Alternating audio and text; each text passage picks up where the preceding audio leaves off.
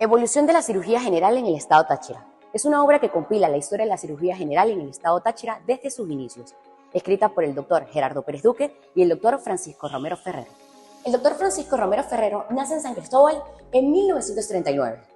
Se graduó de médico cirujano en 1962. Posteriormente, hace el posgrado de cirugía general en la Universidad de Pensilvania, Filadelfia, Estados Unidos, en el periodo de 1968 a 1970. Posteriormente regresa a Venezuela y se integra al servicio de cirugía general del Hospital Central de San Cristóbal, siendo el cuarto jefe del servicio de dicha institución en el periodo de 1974 a 1986. Desde el año 1994 hasta el año 2000 se traslada al Servicio Asistencial de Cirugía Ambulatoria del Centro Asistencial del Puente Real del Estado. En la década de los 60 fue profesor de Cirugía General de la Universidad de los Andes.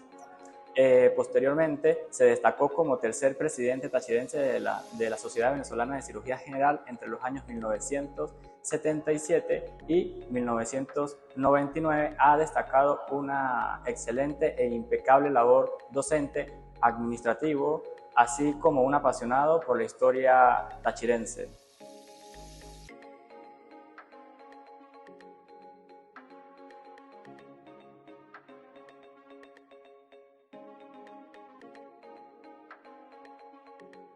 El doctor Gerardo Pérez nació en La Grita, estado Táchira. En el año de 1988 se gradúa como médico cirujano de la Universidad de los Andes.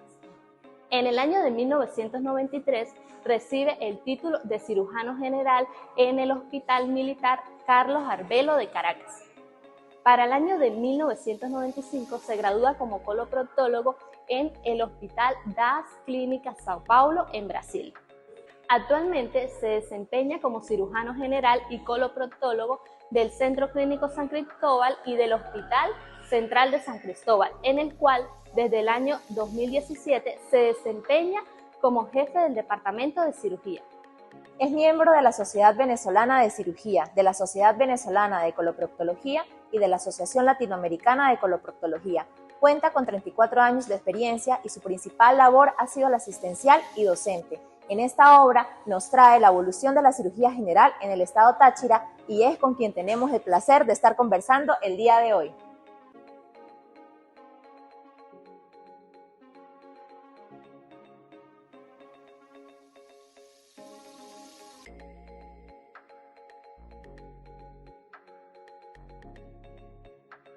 Buenos días, doctor. ¿Por qué enfocarse en la historia de la cirugía general en el Táchira? ¿Qué los motivó a realizar esta obra? Muy buenos días. Gracias a los alumnos, a Vivianit, a Clender, Andrea y Andrea también, del cuarto año de la Universidad de los Andes, de la Escuela de Medicina, por esta entrevista. Bueno, la motivación surgió desde muchos años. Hay varios colegas cirujanos que teníamos la inquietud de escribir sobre la historia de la cirugía, pero no se había realizado. Otros colegas de otras especialidades han escrito libros, pero de forma general se nombraba los temas de cirugía general. Yo tenía ya también mucho material guardado desde hace varios años. El doctor José Ramón Castillo, el doctor Francisco Romero Ferrero, el doctor Hilo Velázquez, el doctor Carlos Jaime Martínez tenían la intención en algún momento también de hacer un texto. Hacían pequeños compendios, pequeñas conferencias, hacían discursos, pero no había algo que lo reuniera en un texto, sobre todo para los presentes, que ya son muy jóvenes, y aquí hay material desde hace muchos años, desde varios siglos incluso, y queríamos que los actuales lo conozcan y las futuras generaciones sepan cuál es el origen de la cirugía general en el estado Táchira.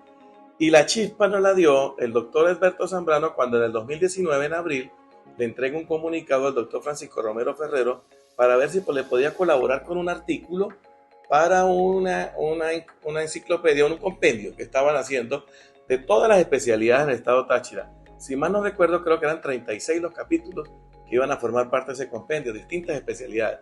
El doctor Romero se encontraba en México en ese momento viviendo y recibió esta información, y a los meses, más o menos como a los 6 meses, él no tenía material con que trabajar, porque él estaba Después, como lo describe por aquí también en su prefacio, él vivía aquí en un apartamento muy grande con una biblioteca quizás de muchísimos volúmenes, tenía muchísima información y conservaba parte de la información del papá.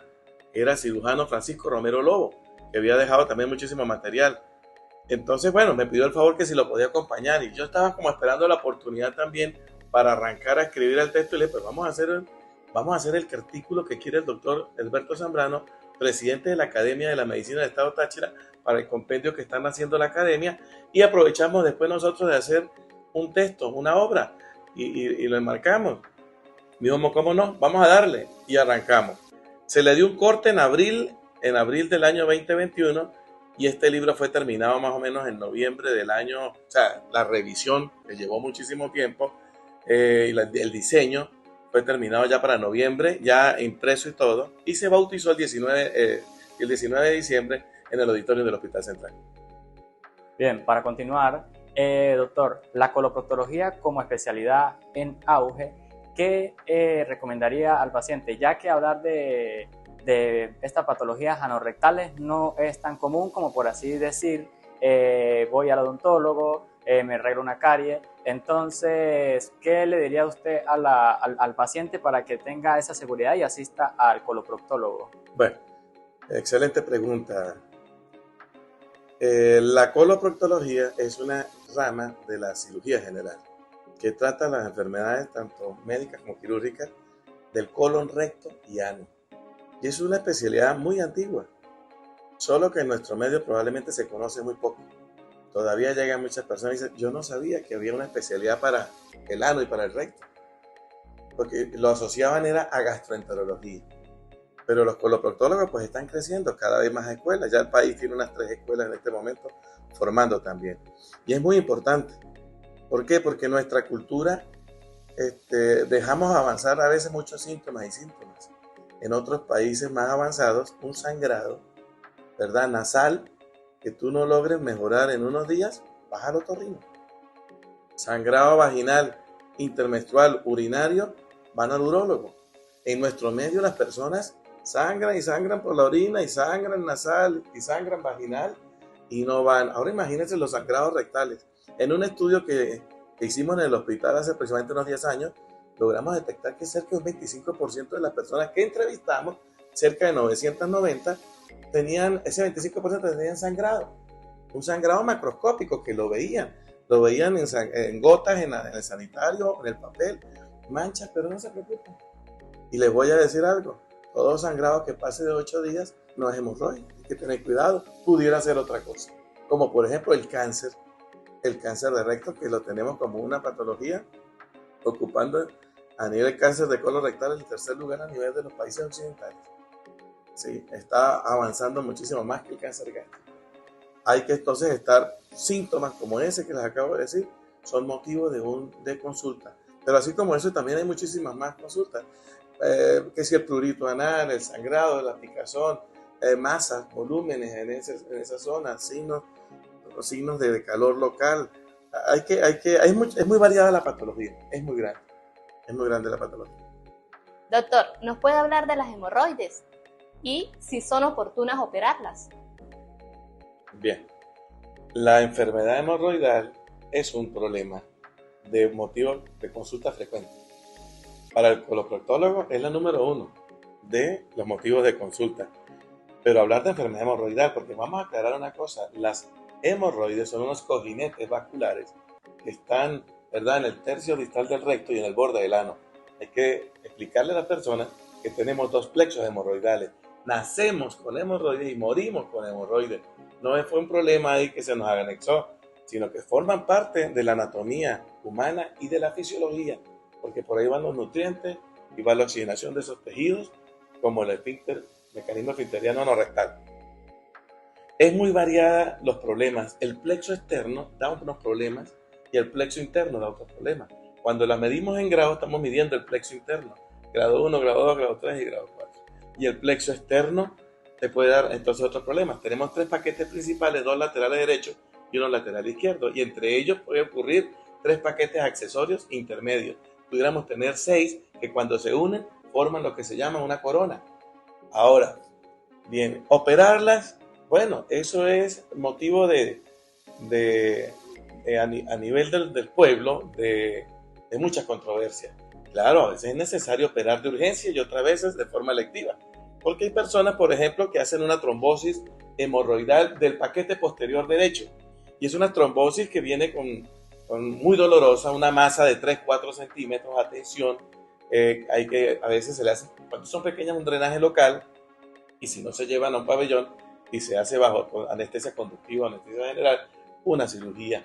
Pero hay que tener en cuenta que también en el campo y en las ciudades las personas, los amigos, el entorno le pueden decir no te operes de hemorroides porque le puede repetir. Pero es que usted solamente resecó un paquete, que fue el posterior derecho, que era el que estaba trombosado.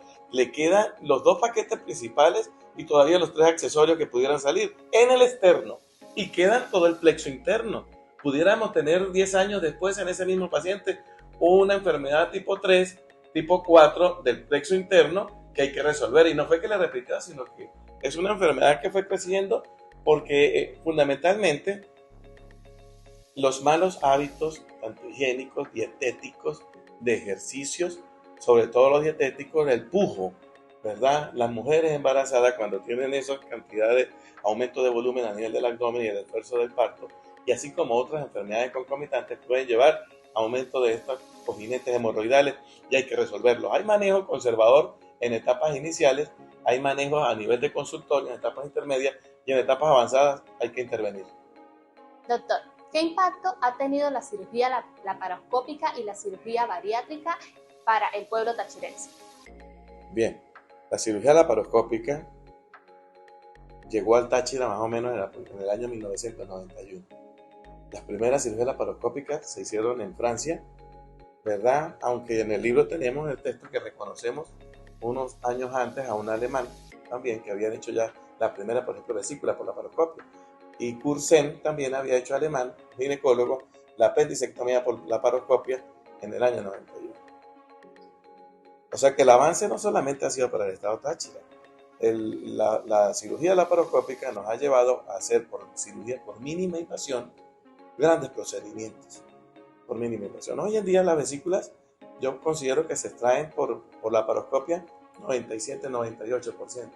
Siempre hay un porcentaje por ahí muy pequeño que son vesículas muy inflamadas, vesículas en una fase muy aguda con muchísimo edema. A veces tenemos que convertir algunas también, aparte de estos procesos inflamatorios, por estar anatómicamente muy empotradas o pudiera haber alguna alteración que no podemos estar claros realizando la laparoscopia y debemos convertir. No podemos insistir, y ustedes tienen información, si se hacen cirujanos, en ofrecerle a alguien que usted le va a extraer la vesícula o cualquier otro órgano por laparoscopia porque se lo extrae. No podemos ser tan estrictos en ese pensamiento porque tenemos situaciones en las cuales hay que desistir y convertir. Porque al convertir tenemos ya todas las dimensiones que manejamos a visión y al tacto. En un monitor usted tiene solamente el alto y el profundo, el alto y el ancho. Más de profundidad lo notamos muy leve, pero no tenemos las 4 dimensiones que podemos tener. La robótica es el otro avance muy grande que viene en los últimos 15 años a nivel mundial. Nuestro país está muy difícil de que lleguemos a tener el ministerio nos dote de robótica, incluso para el sector privado, por los costos. Aunque ahora están apareciendo unos Da Vinci ya de origen asiático, van bajados los precios. A los 10 años las patentes se liberan y entonces los chinos han comenzado a hacer ya equipos donde han disminuido muchísimo el avance, pero bueno, aquí no han llegado, sigue siendo muy costoso. El presidente anterior donó Venezuela creo que tiene en este momento unos 4 robots y se está dando clases. Tiene 2 en el hospital de clínica, tiene uno en la Floresta y tiene uno en el hospital a nivel público, el universitario de Caracas. Pero al no darle mantenimiento y al no hacer los recambios necesarios de las pinzas y de los suministros del robot, pues no está, ¿cómo se dice? Arrumado, está parado por ahí guardado en un depósito. Pero la laparoscopia es más económica y sí nos ha permitido ir con la laparoscopia, pues se puede llegar hasta los poblados del Táchira más pequeños porque puede transportarse. Hay laparoscopias donde usted carga una unidad y ahí tiene el insuflador, cargas el equipo de laparoscopio, lentes, y puede llevarlo entonces a otras ciudades y hacer el procedimiento. Es un avance muy grande. Ya saben, es lo estético, pero es lo mínimamente invasivo y la recuperación de las personas para hacer sus labores de trabajo es muy rápida, en muy pocos días comparado con las técnicas abiertas. Doctor, y con respecto a la cirugía bariátrica, ¿qué nos podría comentar? Por otro lado, ¿nos podría hablar sobre la historia de los 3 grandes hospitales del estado Táchira? La cirugía bariátrica también es una cirugía que ha venido a resolver un problema de salud pública. La obesidad mórbida viene también variada con otros concomitantes que nos lleva incluso a una morbilidad y mortalidad a temprana edad. Se ha transformado en un problema social a nivel de muchos países. Nosotros estamos aquí en el Táchira haciendo bariátricas.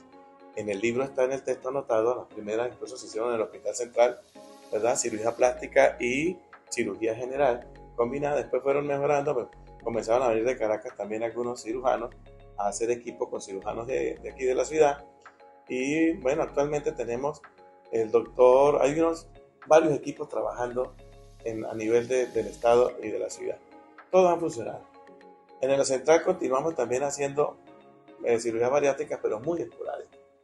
Las condiciones a veces no están dadas, ¿sí? Y toca llevar y pedir un permiso especial para poder introducir un equipo, pinzas, material y poder elaborar y hacer buenas funciones. Debería estar en el Hospital Central porque tenemos una población que no puede cancelar los costos que tiene la cirugía bariátrica y es en gran medida al hacer la cirugía estas personas mejoran muchísimo desde su punto de vista estético, fisiológico, mental, al poderse amarrar los cordones por lo menos después de un año después de una cirugía bariátrica. La pérdida de peso es muy importante.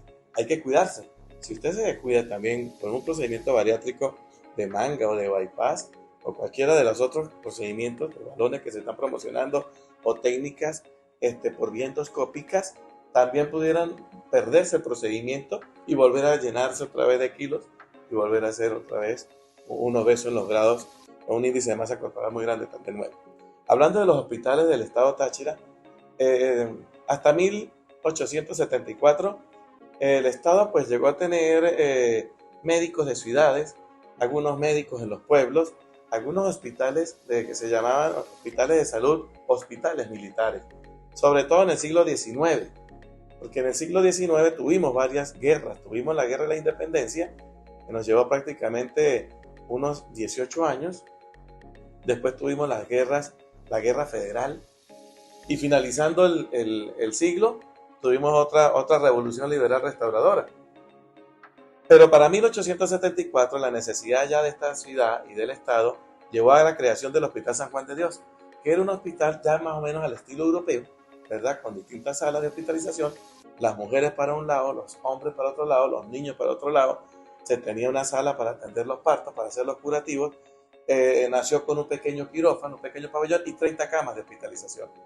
A los pocos años, más o menos finalizando el siglo XIX y comenzando el XX, se llevó unas 40 camas el hospital, pero teníamos un problema enorme, que era la falta de recursos.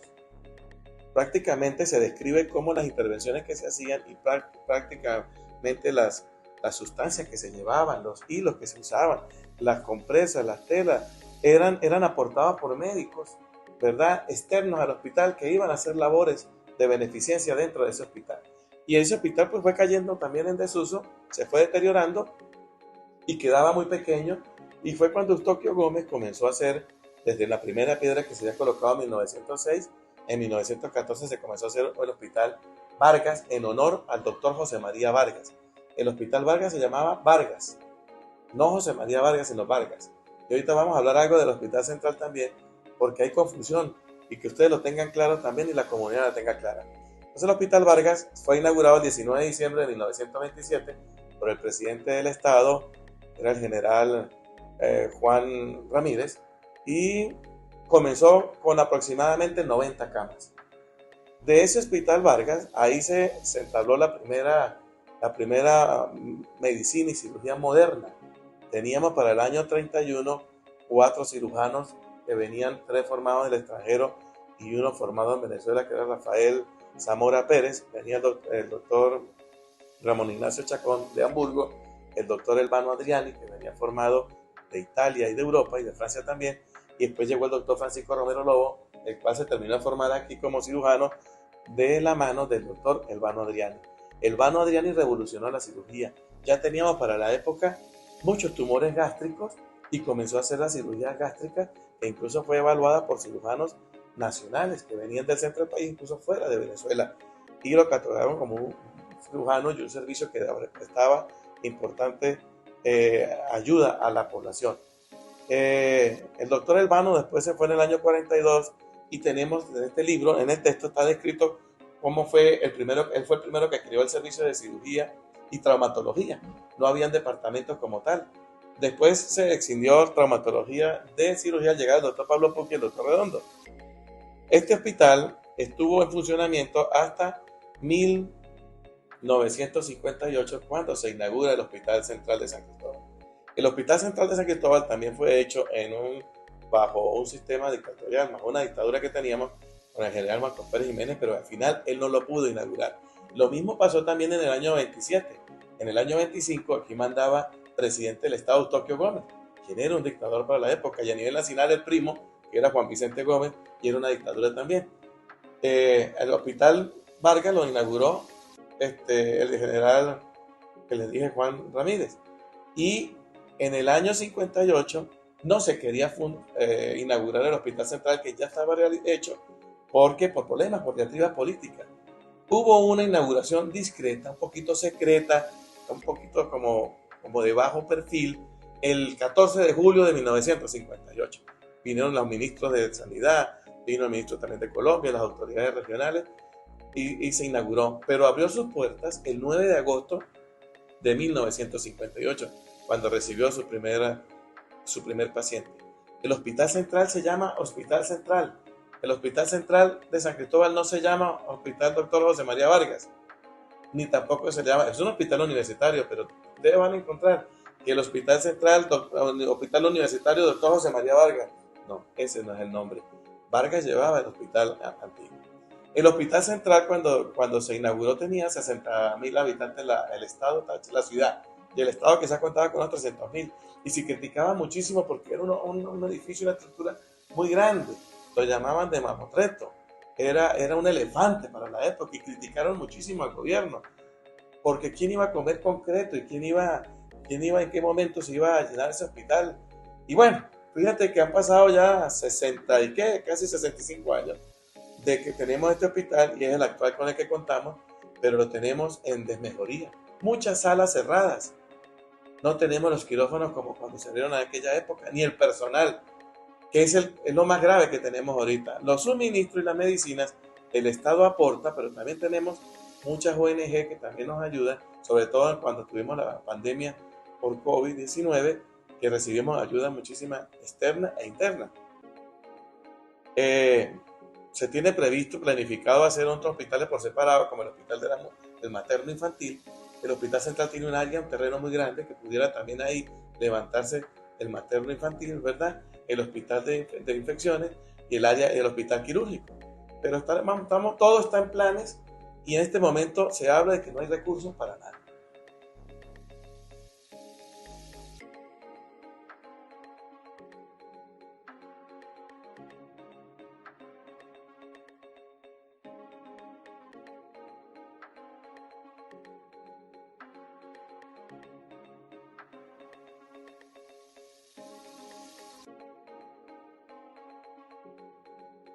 Doctor Gerardo, ya para finalizar, ¿qué mensaje le gustaría compartir con la población del Táchira y con el gremio médico en especial como invitación a la obra, y como profesional de la salud, qué consejo le daría a las futuras generaciones? Bien, bueno, un consejo. En primer lugar, tenemos que mantener también la lectura, escribir como escribimos en las historias, y hay que guardar. Hoy en día hay muchísimas formas para guardar, para archivar. Tenemos desde algo como era llevar el papel, ¿sí? Llevar un papel y guardar muchísimos papeles y guardar libros, pero hoy en día la tendencia es hacer en sus casas más pequeñas las casas Y a tener un estudio usted y acumular periódicos y papeles y libros cada vez se hace más difícil. Pero la tecnología nos ha llevado a que en una pequeña memoria puedes guardar muchísimas cosas.